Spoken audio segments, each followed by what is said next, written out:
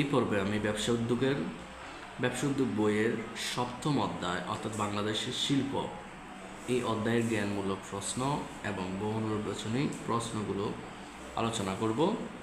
শুরুতেই শিল্প কি? শিল্প হচ্ছে যে প্রক্রিয়ায় প্রাকৃতিক সম্পদ আহরণ, কাঁচামালের রূপদান এবং প্রক্রিয়াজাতকরণের মাধ্যমে কাঁচামালকে মানুষের ব্যবহার উপযোগী পণ্যে পরিণত করা হয় তাকে শিল্প বলে। উৎপাদনমুখী শিল্প ও সেবা শিল্প বলতে কি বোঝায়?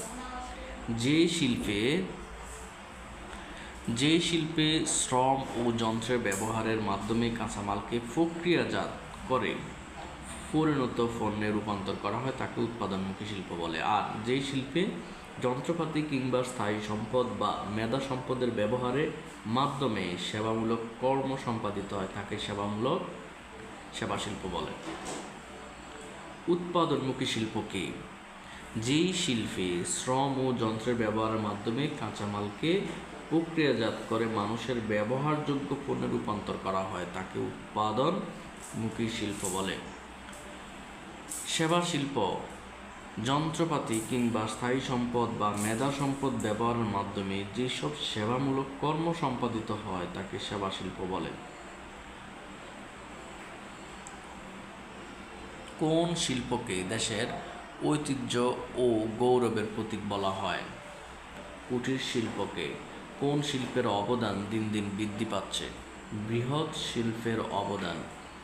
এই হচ্ছে সপ্তম অধ্যায়ের জ্ঞানমূলক প্রশ্ন। এবার আমরা বহু নির্বাচনী প্রশ্নগুলো দেখব। শিল্পকে প্রধানত কত ভাগে ভাগ করা হয়েছে? 4 ভাগে ভাগ করা হয়েছে। ব্যাপক অর্থে শিল্পকে কত ভাগে ভাগ করা যায়? 2 ভাগে ভাগ করা যায়। কোনটি সেবা শিল্প? বিনোদন শিল্প। যে শিল্পে 16 থেকে 50 জন শ্রমিক কাজ করে তাকে বলা হয় সেবামূলক ক্ষুদ্র শিল্প। নিচের কোনটি সেবা শিল্প? সমুদ্র সৈকতে হোটেল স্থাপনা। কোনটি উৎপাদন শিল্পের অন্তর্গত? ফার্নিচার তৈরি। হুঁশিয়ারি পণ্য কোন শিল্পের অন্তর্ভুক্ত? তাঁত ও বস্ত্র শিল্প। জনাব জাবির পাটের তৈরি দ্রব্যের কারখানা স্থাপন করেন। তার কারখানায় 225 জন শ্রমিক কাজ করেন। এখানে জনাব জাবিরের কারখানাটি কোন শিল্পের অন্তর্ভুক্ত? মাজারের শিল্প। জনাব জাবিরের কারখানায় উৎপাদিত দ্রব্যাদি কার্পেট, শাড়ি, সুতা। নিচের কোনটি সঠিক? তিনটি। কোনটি কুটির শিল্পের উপযুক্ত ক্ষেত্র? মৃৎশিল্প। কুটির শিল্পে সমৃদ্ধির ফলে কোন অঞ্চল কুটির শিল্পের নামে পরিচিতি লাভ করেছে? মণিপুরী।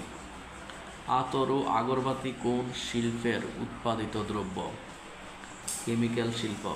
পরিবারের সদস্যদের প্রাধান্য বিশিষ্ট শিল্প হল কুটির।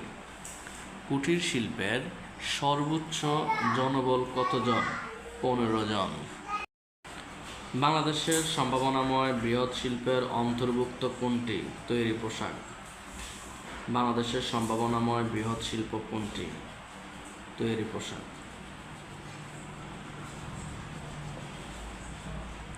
শিল্পনীতি অনুযায়ী শরীয়তপুর জেলার শিল্প এলাকা কেমন? অনুন্নত।